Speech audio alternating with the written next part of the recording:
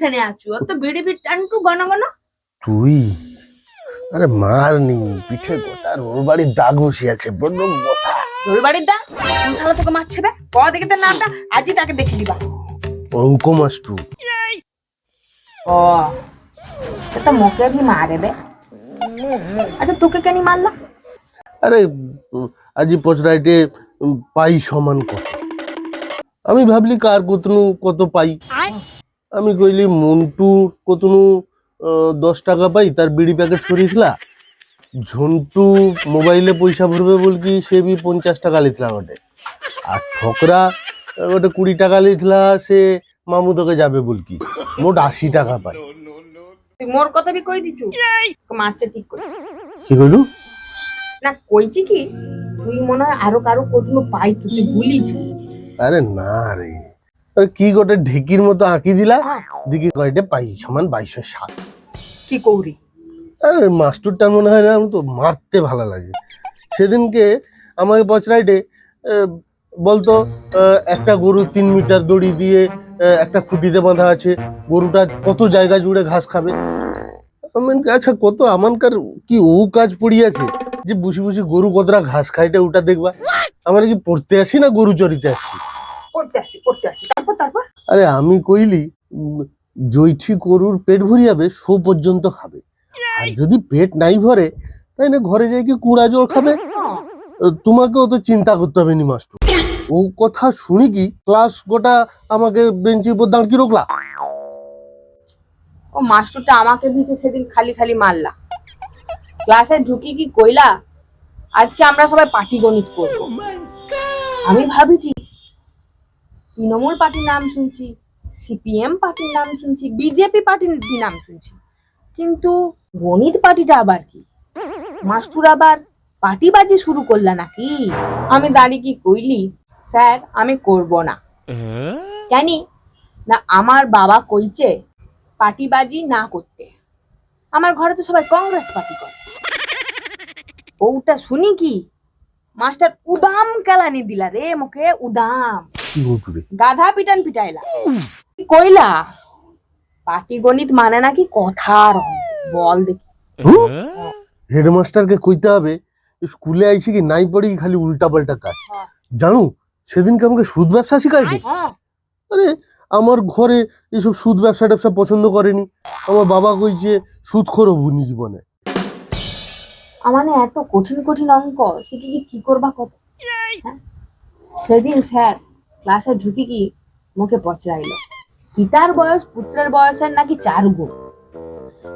পুত্রের বয়স যদি এখন 55 হয় 5 বছর পর পিতার বয়স কত হবে?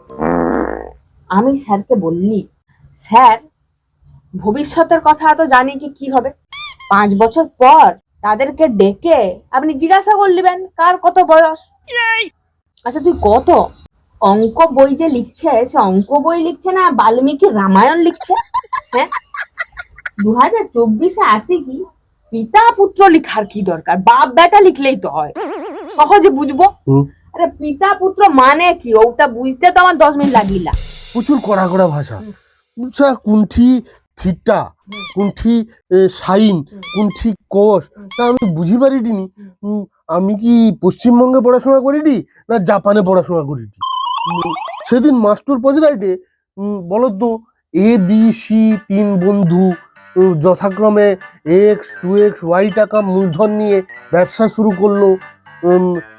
বছরের শেষে যদি জেড টাকা লাভ হয় তাহলে এ এর লভ্যাংশের পরিমাণ কত? পারলো? আরে পারবা কি, এবিসি কারোর নাম হয়? 3টা গোটে ভালো নাম পাইলো নি, অঙ্ক ছিড়ি দেখি কি আমি বি আর রাগি কি অঙ্ক করিনি।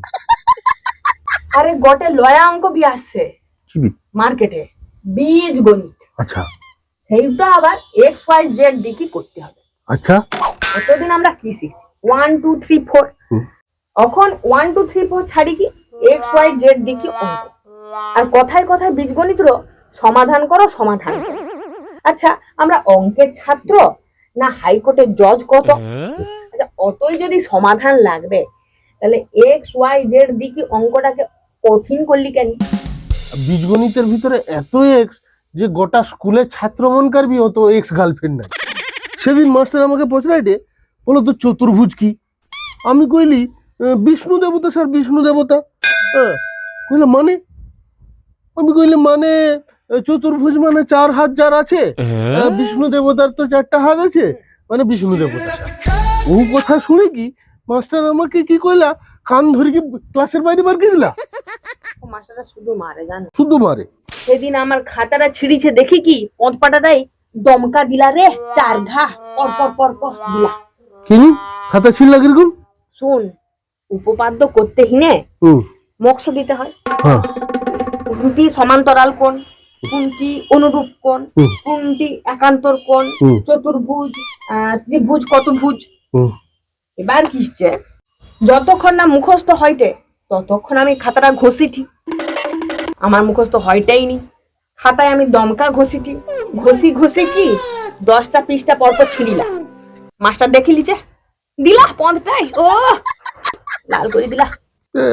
এইসব নাই করি কি, অত কঠিন কঠিন অঙ্ক নাই করি কি, বরং চল মাস্টারকে কই, মাস্টার 450 টাকা পর্যন্ত পয়সার হিসাবটা শিখিয়ে দিই। 450 টাকা কেন? আরে আমার বাবা কইছে মাধ্যমিক অঙ্কই ফেল করলে আমাকে মজুর খাটতে যাইতে হবে। এবার এখন মজুরি হইতে 450 টাকা। হ্যাঁ।